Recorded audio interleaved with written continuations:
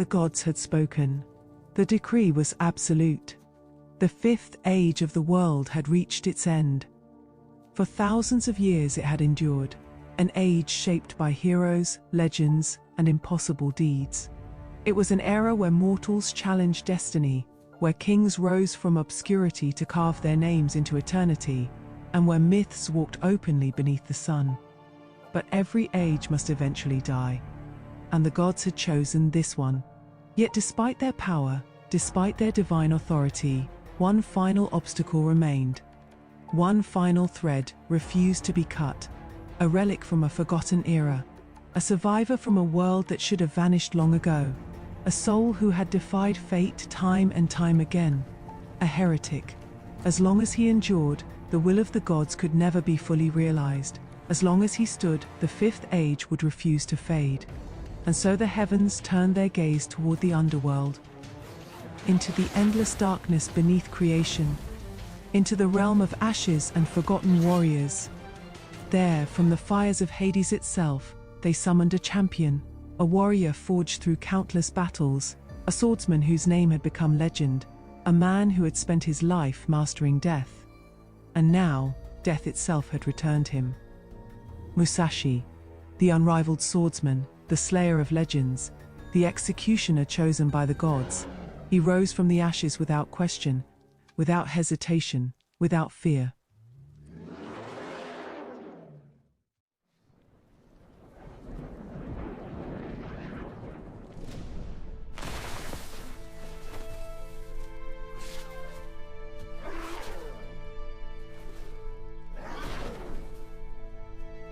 Slowly, Musashi climbed higher, above the clouds, above the storms, above the world itself, until at last he reached the peak.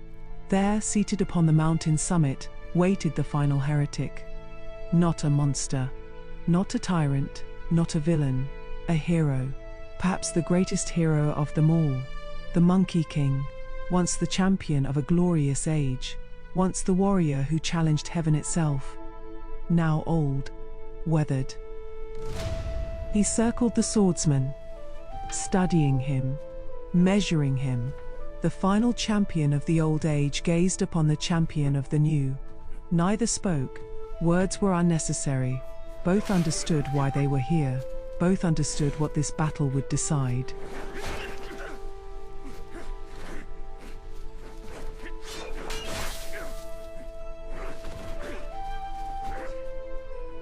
The old king reached into his robes and withdrew a relic older than kingdoms, older than empires, a symbol of an age now ending, the golden rose of Avalon. With steady hands he offered it forward, entrusting it to its rightful heir, passing the torch to the future. Musashi accepted the gift, and in that moment, the fifth age finally came to an end. The age of heroes was over, the last guardian had fallen. The final legend had passed into memory. Across the world, the old era faded like a dying sunset. And from its ashes, something new began to rise, something darker, something crueler. For where heroes once stood against the darkness, there would soon be no heroes left, only monsters. And as the heavens watched in silence, the sixth age began, the age of monsters.